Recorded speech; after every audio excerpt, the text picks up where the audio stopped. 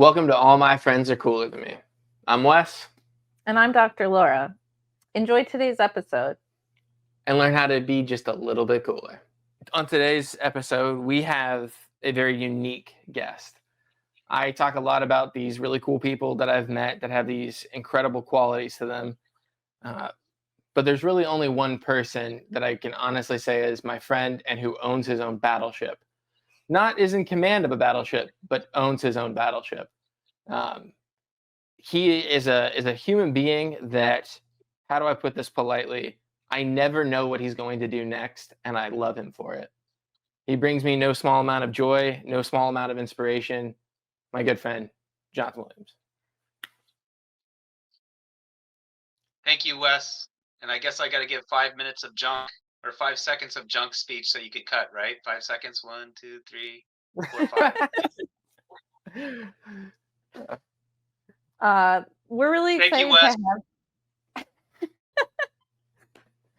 We're excited to have you here. I'm curious, can you tell us the story a little bit of how you became the owner of this huge vessel?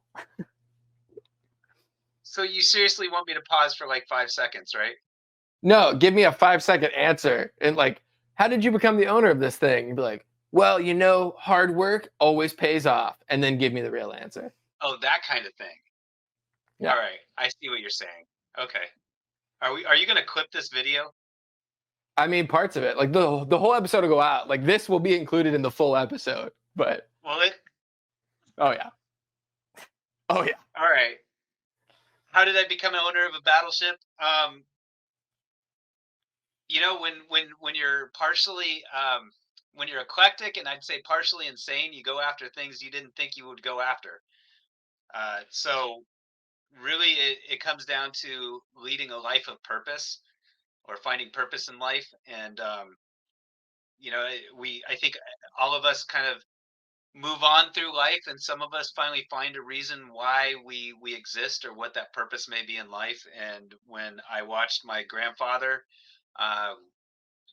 25 years ago walk aboard his ship and see his ship really for the what he thought was going to be the last trip of his life.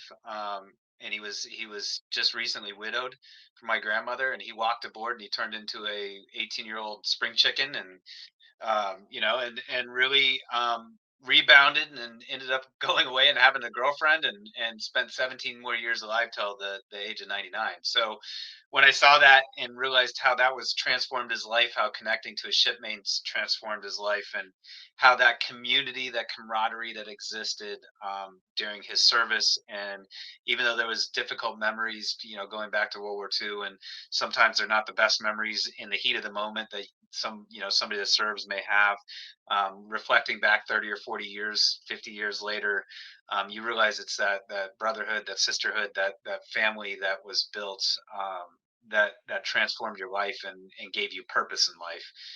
And so I really volunteered to save this battleship, and I don't own it. I run the nonprofit that owns it, and very proudly operate it on behalf of the community and the nation and those who serve. I do it for them.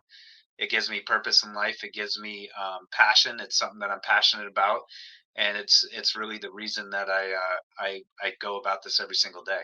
So it drives me in everything I do. It's really my purpose in life, and I feel like I have a purpose to do it for other people. I have a purpose for you, Wes. I do it for you. I do it for my grandfather. I do it for those that serve, and I do it for the kids whose lives are changed, and the veterans whose lives get to continue forward and live a life that they thrive with.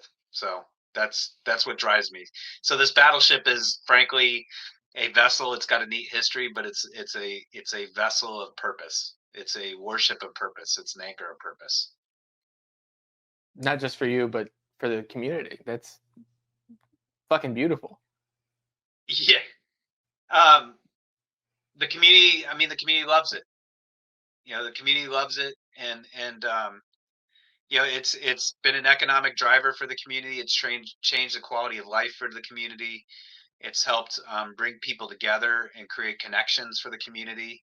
And I think it's really humanistic. It's people based, right? And our lives, it we could go. Every one of us can go about our life every day and think about what we're doing and everything tactical we're doing. And I got to run and get the groceries, and I got to run and do this, and I got to run and do that, and I got to work on put the plumbing in the house or whatever it may be that you do. And if you stop and you look at it and simplify it, we're really doing that for each other. We're doing it for somebody else. We're doing it. Everything we live, our entire life is about people. And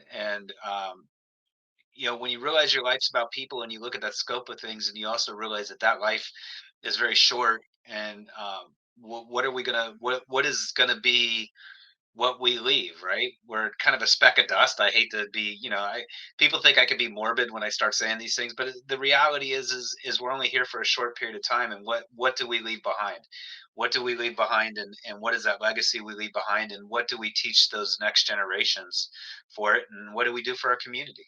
I mean, and so I see it as something that can transform a community. Fleet Week is something that transformed it. The ship's transformed it. I mean, it's really a vessel of purpose. So that's, once again, it's the easiest way I could put it, is a vessel of purpose, and the vessel of it's basically a steel body of soul, with a soul in it. So, but we bring that soul. I mean, sailors like yourself, you bring that soul alive to everything you served in, and you can tell. And you've served long enough. You could tell from what commands you go to, from one command to another, the commands that have a soul, and the commands that may be soulless, and the ones that you feel like you're part of, and the ones that you may not feel like you're part of. And that's all based on the people. That's all based on the connections, and based on why people are involved, and what the people may do and how they're connected to it. Yeah. So Wes tells me that LA Fleet Week is coming up. Can you tell me some of the things that you have planned for that? LA Fleet Week is the premier Fleet Week of Fleet Weeks, and it we kind of reset the standard. The way, when I start to look at that side of it, the engagement, the connection, the inspiring generations to serve. I mean, changing perceptions of America. We look at who serves in uniform, and we have to remember. And I say this all the time. It's really easy to think about yourself, but really, at the end of the day, it's what less than 1% of our population serves today. 0.7% serves today. That leaves 99.3% of the people don't serve. I mean, so when you're looking at connecting to the population, and they're the ones that are the taxpayers are the ones that supports the military. You go, okay, do I want to connect the military with the military? I mean, they're already connected, right? And so, is my goal to connect the military to the military, or is my goal to connect the military to the civilian population, and why they serve, and why this matters to them, and how it affects their lives? And if you look at that scope of things, you start to look at how you put together a Fleet Week, in my opinion, how Fleet Week is positioned. So you take the human factor of it, as I mentioned earlier on, and the human factor of it, and those that serve in uniform are people. They're people like you and I. I mean, they're people like um, like our brothers, sisters, uncles, aunts, next door neighbors. They're people, except the uniform perceptively can put this barrier between people. And that uniform, that barrier, gives this perceived barrier. When you layer it on with ads and media and film and everything, gives this perceived barrier that's frankly inaccurate. It's inaccurate for the majority of those that serve. And so Fleet Week is really about connecting America to those who serve. And so we do that by not just doing an expo and a festival like we do on the footprint here, but we go out throughout LA and we do activations throughout LA. We do them at the baseball games. We do them at the Grove. We're doing one at the Grove in the mall. We're doing band concerts everywhere. We're doing stuff Disneyland Day. There's going to be a Disneyland Day. But here on site we do things like dodgeball. like who would do dodgeball, right? I mean, this is not like basketball or football, one of those formal games. It's just something fun to do with dodgeball, and boy, it brings people, everybody, the whole arena's surrounded by the dodgeball, and the military teams take it seriously. I mean, the Marines roll out in their cute little dodgeball outfits, and so does the Army, and so does the Navy, and they go out there looking like the dodgeball movie, and give it their all and playing dodgeball, and everybody's laughing. But it breaks down those barriers, right? And you have the military has talent we're doing, and we're doing e-gaming this year. We're going to do some e-gaming as well, that we're bringing high school students in for e-gaming. I've always wanted to do another competition, but I've yet to find one that really works. Beer pong would be kind of fun, but I'm not sure we want to do beer pong with the civilian population or not. There's one thing he did not bring up. What's that? And I think he did it on purpose. It's golf cart racing. Yeah, golf cart races. That's the last day. That's always the last day. That's not the public portion of it. That's the connection of planners, just to I guess release some steam. That's after I smoke about 2 boxes of cigars and I get my golf cart and go for it. And me in a race. I'm Yeah. still, I got to get back out there just so I can try to reclaim some semblance of dignity. Yeah. Well, After, you have to come hang out for a week. oh no, 5 days. And you have to be on the dodgeball team. Which branch usually takes it? Who won? I think Army won last year, if I remember right, because my youngest son, who's 14, last week was 14. Youngest son plays on our team for the ship, because the first year us old guys tried to play, but I got knocked out in about 20 seconds, and so it just didn't work. So we put some of the younger crew, and some of my son plays on it. And yeah, I think I remember my son was talking trash to the Army team. But the Army team ended up winning. But when he was up on stage getting third place, what he yelled out loud, "Go Army!" And we asked him, "Why'd you say go Army?" He's like, "I didn't want him to kick my butt." Because I guess he talked enough trash to him, he was worried about it. Which is rather humorous, but it goes to show. I mean, I didn't serve in the military. I mean, I'm a civilian. I never served. But we've seen metrics and connection like I think none of the other Fleet Weeks do, and really that's kind of what we're doing with the ship as we go into our next stage of what we're growing into, is how do you bring alive a ship in a civilian environment, right? How do you compete against the likes of Disneyland or Universal, any of those? It's not a ship museum. It's about creating inspiring future service. It's about changing perceptions. It's about connecting people. I mean, that's everything we do is about that. Fleet Week is a huge vehicle for that, and I mean, you sit at the helm of, like you said, the premier Fleet Week of all Fleet Weeks. And as a guy who has been to a lot of fucking Fleet Weeks, I can attest to the truth of that statement. But there's something else kind of coming up. You guys have a grand opening in October of another project that's a big deal, and that's going to be year round. Yeah, we're going to open a little bit of it, but I think this is going to be a scalable thing over multiple years.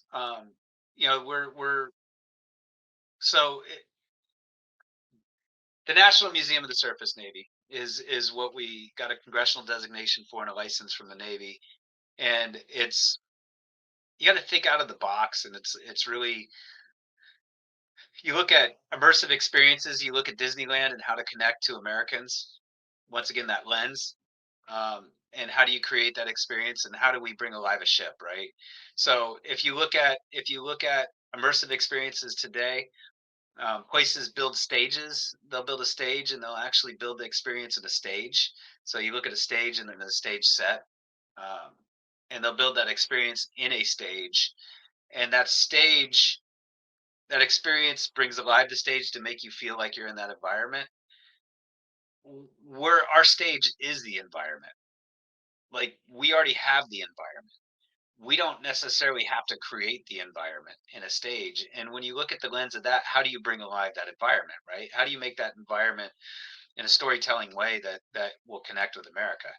And so that's where we're bringing in the really innovative way of doing things. I mean, it's going to be interesting and fun. It's not going to be the traditional military museum. We have very few artifacts. It's going to be basically as if you are becoming a sailor. You're part of the ship. We want people to feel like they're part of the ship, and we want to create that experience so we can endlessly build on the content for years to come. And it's about updating content. It's not about updating exhibits or galleries. And that's going to be about, you know, getting to America. I think what we're seeing, even the last couple months, we finally have a lens on the maritime sector, and the lens on the challenges that we have across the world's oceans. But for several years, that lens wasn't on there. We spent years working on that, talking about how freedom of the seas, how free movement of trade and commerce has a direct impact on the Port of Los Angeles here and the direct impact of America. I mean, 40% of America's cargo traffic comes through the Port of Los Angeles right across the way from the ship. And people locally don't even connect the Navy or sea services to those cargo ships getting here safely. So that is a perception change. And so that's about what we're going to build, is a fully immersive experience that changes perceptions, changes the way America looks at its sea services, changes the way America looks at its maritime past and future. So hopefully, it's a lifetime calling, but hopefully it changes. That's my goal. Today's episode is brought to you by the One Man, One Mic Foundation, Free Buck Water, Badger, Operation Gamify, and the Ink and Frame Collective. Check out the episode description for more details. Yeah, so I'm really curious. That's one of the things that you've mentioned a few times, is that one of your goals is to shift perceptions of the US military. The Port of LA is a great example. I didn't know that fact either, but at least I live in Mississippi, so I can use that as an excuse. But what are some other examples of ways in which you're hoping to shift perceptions? Yeah, so we have three pillars of what we do. Three primary, actually four at this point. It's the life of the sea, or life of the sailor, the immersive experience, which is a museum visitor experience, which we talked about a little bit. Then we go into the education youth programs, and we go into the military veterans affairs programs, and then we also go into disaster resiliency and recovery stuff.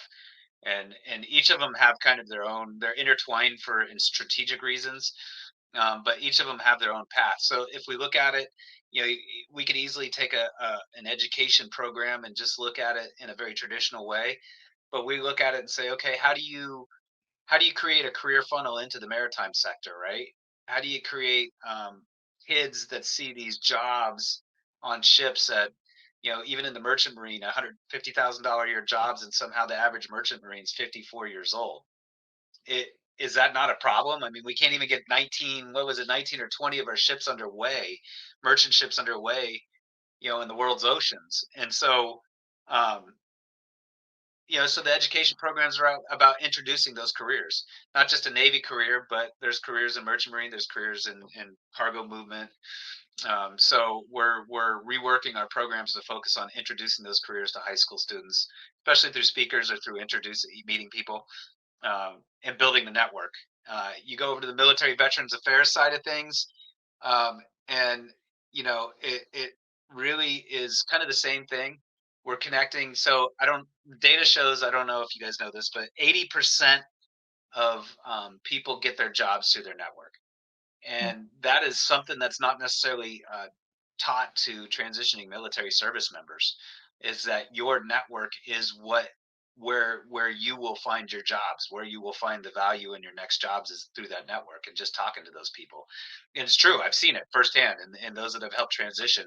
It's really, I look at transitioning as a time to cool down and reset, and then an opportunity to look at your network and see what you want to do and ask questions and see if there's something you like to do within your network. And that network is going to lead to your success, and that network leads to the student success. I've taught that to my kids. I've seen it firsthand for the kids I've taught that. That network leads to success. But you talk about perceptions.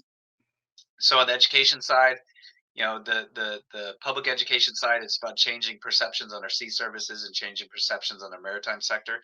If I look at the veteran side, right, I don't think I need to convince veterans why they served was important. But we have a big problem in this country, and one of the big challenges I see with veterans is, if we look at media, we look at television, movies, media, and and when you notice it, you can't believe it's just, you know, I don't think most people notice it, but when you notice it, you realize how big of a challenge it is. So when we sit down and watch movies, how many movies or film or media have you seen that shows a veteran, somebody that served in the military, as somebody trained with great skills, great leadership, great community serving members, people that take care of their community, people that are family people, people that build camaraderie, take care of each other, they're prideful individuals. How many movies or media or television shows have you seen that? And when you think about how often it is perceived that veterans are broken, and how often it's perceived that way in common media forms, social media forms, or television forms, and that message is going out to the 94% of America that doesn't serve, that percentage of America goes, why would I want to hire that veteran? They're broken. There's problems. And it's only like, what, 5% or something, 7% of that population, probably, of the veterans population that actually has those challenges. Um, and I think the advertisements and the commercials and all of that is just not, it's not helping um, America see their veterans in the way that the veterans should be perceived, and it's not helping veterans perceiving themselves as the way they should be perceived, because veterans are incredible people and absolutely incredible folks. And I say this with you on here, Wes. Um, you This is know, where he says the mean stuff. huh? This is where he says the mean stuff. I'm ready. So I mean, you're an incredible individual. You're talented. You've learned a lot of great skills. I have a lot of respect for you. You are an amazing, amazing person and a caring person. And you, like many veterans, have those skills that media and film are misrepresenting, because they would put a veteran. um, I watched a movie like a week ago, and it was like one of the veterans was a killer, and he had to just keep killing because he killed when he was a veteran. And then all of a sudden he went to see his friend to get help, and his friend was a blind guy in a cabin in the middle of the woods because nobody would let him out in public. And I'm like, seriously? Like, I don't know about you, I don't know how many of those veterans I know. And we've got to change that perception. That is another one of the perceptions that I'm pretty passionate about taking on at this point too, because I think veterans are amazing, amazing people, um, that chose a career and chose a pathway to do something greater than themselves, and they are exactly the people we want in our community and our country, doing something greater for themselves, and for us. So that is one of the perceptions I want to take on.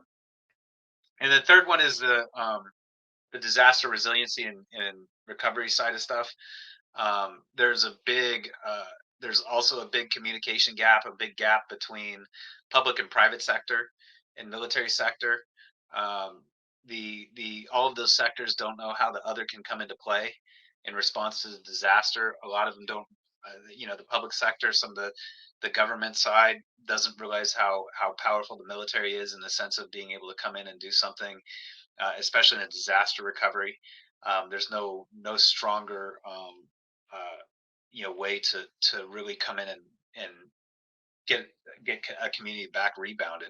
And so being able to support your government, your local governments, and being able to support the community and be able to build that bridges so they all understand how they fall into that. That's the LA Disaster Collective that we're also working on, which is a lot of the private sector. And frankly, all of that kind of fits together. If you look at it, the private sector is the corporate employers are the same ones that are employing our veterans, are the same ones that are employing kids. And so all of those folks kind of intertwined in everything we do. Um, so I think that's the biggest thing, but it really kind of goes up to changing those perceptions of how people look at our military and where our military falls into play. And I think that's what we have to do as a nation, frankly. So, just to kind of like recap and clarify this, we're like, hey, what's up? And you're like, I'm going to change the collective zeitgeist of the entire nation by sheer force of will and awesomeness. That's kind of the snapshot, right? Am I encapsulating that well? I'm stubborn. Yeah. I'm stubborn and eccentric and maybe a little bit insane, or I am insane. I don't know. But Uh, I will. Yes, yes. The answer is really that simple. Um, but I grew up as a kid. I mean, I grew up as a kid reading business books at 7 years old. Come on. Yeah. I read business books at 7 years old, 8, 9. I believe anything's possible. I believe absolutely everything and anything in this world is possible if you put your mind to it. And I can't live with myself if I don't live every single day with love and with trying to do something better for this planet. Because at the end of the day, if I didn't give it a try, then I've got to face myself. And so I want to do everything I can to better the planet. And maybe that is a little crazy, but I look at it and go, you don't change things and you don't change the world if you don't take those risks, if you don't take those challenges and try, right? And that's the way I feel about it. Is you got to try, you got to try to do it. And you look at Fleet Week, and Fleet Week, I I it's hard for me to, and I say this to my some of my friends. And I talked to another friend of mine who very successful, helicopter pilot in the Navy, successful in business. And I was talking to her a couple weeks ago, and I said, how do you, I mean, how how do you go about knowing what you accomplished? And I see posts of accomplishing things, so on and so forth. How can you do that? And she said, well, I have to hire somebody to post those things about me. And I said, okay, I that may explain it, because I can't necessarily post the things about me. And I try, and I can't do it because I'm not that type of person. The awards that I've received on behalf of a team that have done incredible work. And but I look at myself as that 7-year-old little kid again. I still look at myself as that young kid that's just going about my day trying to change the world. And if we change it, great. If we don't, we don't. And so I don't think of myself as anything more than that kid that just does that. But I've received awards doing it, which is kind of like surprising and kind of cool, I guess. But I don't really know what they mean until somebody tells me what they mean. But then I forget pretty quickly about it. Yeah, you're on to the next task, the next big goal, mission, dream. You have me like emotionally enraptured all the way up there to the end. You're like, then I just forget. Like, what were you literally just talking about earlier today? Yeah, so it's interesting when I hear you talk. One of the concepts that keeps coming to me is this concept called generativity. So essentially, as we are kind of going through our lives, we have different challenges that we need to meet at each stage, right? So, like when you're a little kid, you're just learning to self regulate, understand the rules of society, whatever. When you're a teenager, you start exploring your identity. You put on different hats, try to figure out who you are, where you belong, those kinds of things. And as we grow into adulthood, and especially as we get older, the kind of big task that we have to accomplish is to find the sense of purpose, right?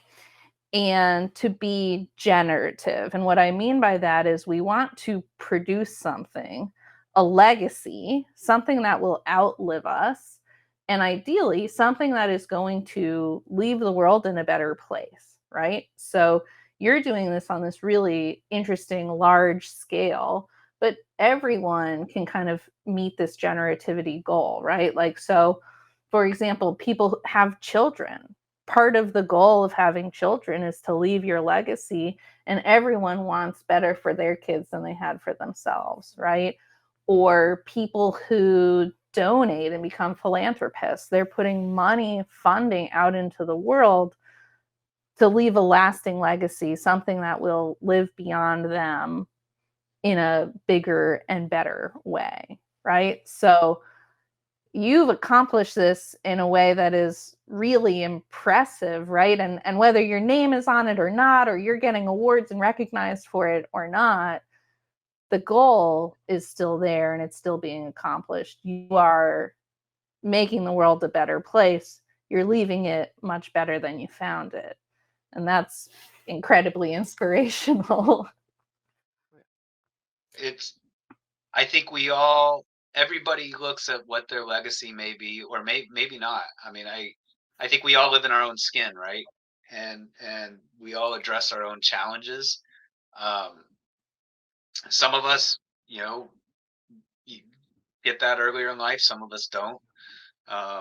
I think depending on what may be presented to us, and you know, and if you've never had that connection and that purpose in life, it's hard to kind of embrace it or know that it exists and how much that can really mean to your soul.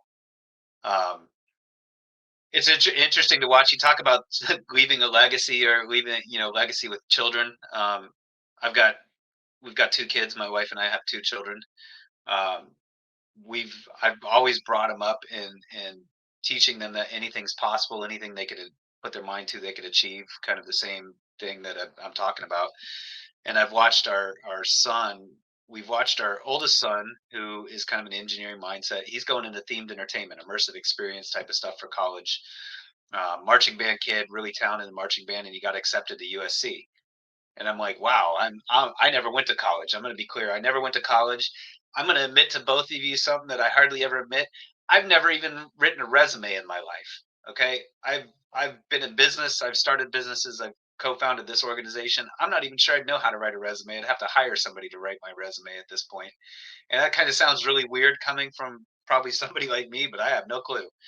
Um, but the one thing I did teach both kids is how important their network is, how important it is to build those networks. I think I released couple little LinkedIn machines at this point, which I'm now wondering what I did there. How important their network is, and how important it is to follow their passion and find their purpose in life. And our oldest son is doing that. He's following the passion of themed entertainment, and he's going to play for the marching band, which means so much to him. So he gets to live a life that he dreams of, and that's something that I wish somebody would have guided me at an earlier age on.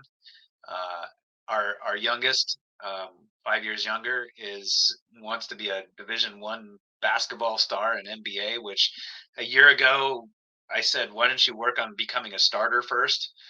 And he became a starter on his traveling basketball team, and then he uh, he convinced me to buy him a basketball hoop, and he practiced like 5-6 hours every single day because I told him that I taught him that 10,000 hours of practice is what makes you an expert. And so he's working on that 10,000 hour number little by little, and he's got it in his crosshairs, and he saved up money on a rebound machine and everything. And I can tell you, this last Saturday we went to his eighth grade. He's eighth grade. Went to his basketball tournament, and he was the top scorer in both games. And he eked out 7 points in the last 2 minutes of the game of 3-pointers to win the game. And I was like, oh my gosh. And before he went into that game, I said, I said, your coach says you got the talent. In practice, you constantly make the baskets, but when you get into games, you don't have the confidence. And I said, you know what? Stop listening to people, because if somebody's talking to you and somebody's talking smack to you on the floor, that tells you right there that they're jealous of you. And so smile and and thank them for being jealous of you, because that's why they're saying something. It's because they can't do it and they're watching you do it. And I said, so they're jealous of you, and start learning how to meditate and do yoga. Get in your mind and focus. And that's what he's doing. I mean, and I shouldn't say some of this stuff, but I've watched two wonderful young men that are growing in their own, and the opportunity to pass that legacy to them, the opportunity to coach some of my team and bring our team along, which are incredible people. Wes has met some of them when he was out here at Fleet Week. I will be the first to admit I'm not the easiest person to work for, but I'm also the somebody that believes in everybody and believes in people's ability to push themselves beyond the limits and succeed. And that's really what it is about, because I believe it's people could do whatever they put their mind to, and they find that purpose in life. They could do extraordinary things when they have purpose. That's for sure. Damn. Also, and I don't mean to do this like right towards the end and everything, but he's full of shit. Just so we're all on the exact same page. Everybody says nothing but wonderful things about the man. Every person that I have met thinks that you are an amazing human being in every sentence they've ever uttered about you. Yeah, seems like the best boss ever. Yeah. Thanks, Wes. That's nice of you, but I'm not sure who you talk to. Apparently, just the people you paid off before I showed up. I don't know. Well, that may have been the case. That may have been the case. Sometimes I gotta pay somebody off with a cigar or something. Speaking of which, I will have cigars for us later this month. It's Are marked you on my coming calendar. out? You better come out. You have to come out. Well, I can't come out. Full disclosure, don't tell Laura this, but I'm actually driving to New York next week to go meet her dad to ask for his blessing to propose to her. Okay, So I got yeah, a don't little tell big her thing that. planned out. Yeah, don't tell her that. this. I don't want her to know. But no, when you come out to Millington, Yeah. I will Maybe I'll have come out cigars to for you. Millington. Are you in Millington? Yeah, you told me like 2 months ago that you were coming out towards the end of May, and you were like, "I'm going to be in town on this one day," Oh, and I was like, "I will have cigars ready for you." that was the end of March. I must have put the wrong month. I've had this in my calendar for like so long. Are you? Oh my! It was the end of March. That's like when you texted me. I probably put the end of May. I probably was moving so fast it was my fault. I don't even smoke cigars. I went through all of this for you. Oh my! I guess we'll just have to. I'll owe it to you when I get back to Millington or Memphis. I owe it to you. Or just save me a coin from this year, since I won't be. I can do that too. And then I'll send you. You whatever you need, you can call me anytime. Thank you. I'm here. Hopefully that will go a long way when I submit my SkillBridge resume to you tomorrow. Oh, we're gonna put you to work. I already heard that. You're going to work and you're gonna skill bridge on out of the Navy, and we're gonna get you back into the civilian world, and you're gonna have more purpose in your life than you ever believed in. Yeah. Okay. Oh yeah. You will. I believe it. Yeah. You will. You are so talented. I don't even understand. You should have all kinds of great things lined up already. I mean, full disclosure, I have gotten somewhere in the vicinity of where are we at, like 7, 8 SkillBridge offers so far. Doesn't surprise me.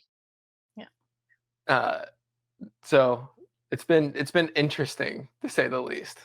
It doesn't surprise me, but why? Why have you gotten those? Because I spent my time building a set of skills and networking with people. Networking. How many service members do you know that have built a great set of skills and never built a network? A lot. Okay. You could find an article out there I read a month ago. Somebody went to Harvard and got a degree from Harvard and worked their butt off to get this degree from Harvard and got like a perfect grade point average. Left Harvard with no network, and 10 years later is still living in the basement of her parents' house because she couldn't find a job. Yeah. I mean, it comes back to one of the first things you said, like, people are everything. I just read something today that, like, happiness rarely occurs in isolation, right? So connecting with people on a real level is fundamental to not only happiness, but success and moving forward. I mean, that's literally the name of the show is All My Friends Are Cooler Than Me. It's literally just because I have a ton of really cool friends like you. Oh, way cooler. You're way cooler. We should go into this who's cooler than cool. You're way cooler. You've got a way cooler personality. I get awkward. See, now I'm gonna like shrivel and get uncomfortable. I don't like it. People say nice things about me. You gotta tell me I suck. Anything I can make you uncomfortable will make me comfortable. Oh yay! All right. Well, let's tie a bow on this so that I can feed my wonderful, beautiful girlfriend so that she doesn't beat me up as soon as the show's over because she gets angry. I gotta make sure she's happy. Thank you so much for coming on, and I hope to see you very, very soon. And I will send you my SkillBridge resume tomorrow. Okay, we're waiting. we're waiting, and in about a week and a half, you can't call her your girlfriend anymore. She's going to be your future fiance, or she's going to be your fiance. Right now, she's your future fiance. Yeah. Until her dad like meets me and is like, just get the hell out of here. Exactly. Yeah, You that gotta would pass be- that test first. Yeah. I'm just gonna bribe him. It's fine. I got this. Ask him when you meet him. Ask him what kind of network, what kind of people he can introduce you to. Ooh. You want to know what his network looks like before you're going to go through with this whole marriage thing. Oh, so like I should interview him. That's what you're saying. Okay. Sorry. Well, thank you again so much, and I look forward to talking to you again soon and hanging out and reclaiming some glory on the kart track. We'll do it. I don't. We'll have to figure out what's up for grabs this year. Or next year. Historical artifacts versus autographed sports memorabilia was pretty epic. Like I don't really know how do you top that? We'll figure it out. All right, bet. I'm gonna lose a kidney. Every episode of All My Friends Are Cooler Than Me is made possible by the One Man, One Mic Foundation. Purpose, belonging, and connection are often found in a life of service, but so rarely in the silence that comes after. The One Man, One Mic Foundation exists to help veterans and active duty service members find purpose through storytelling, belonging within our communities, and connection to the world through podcasting. Help bring them back to community. Find out more at onemanonemicfoundation.org.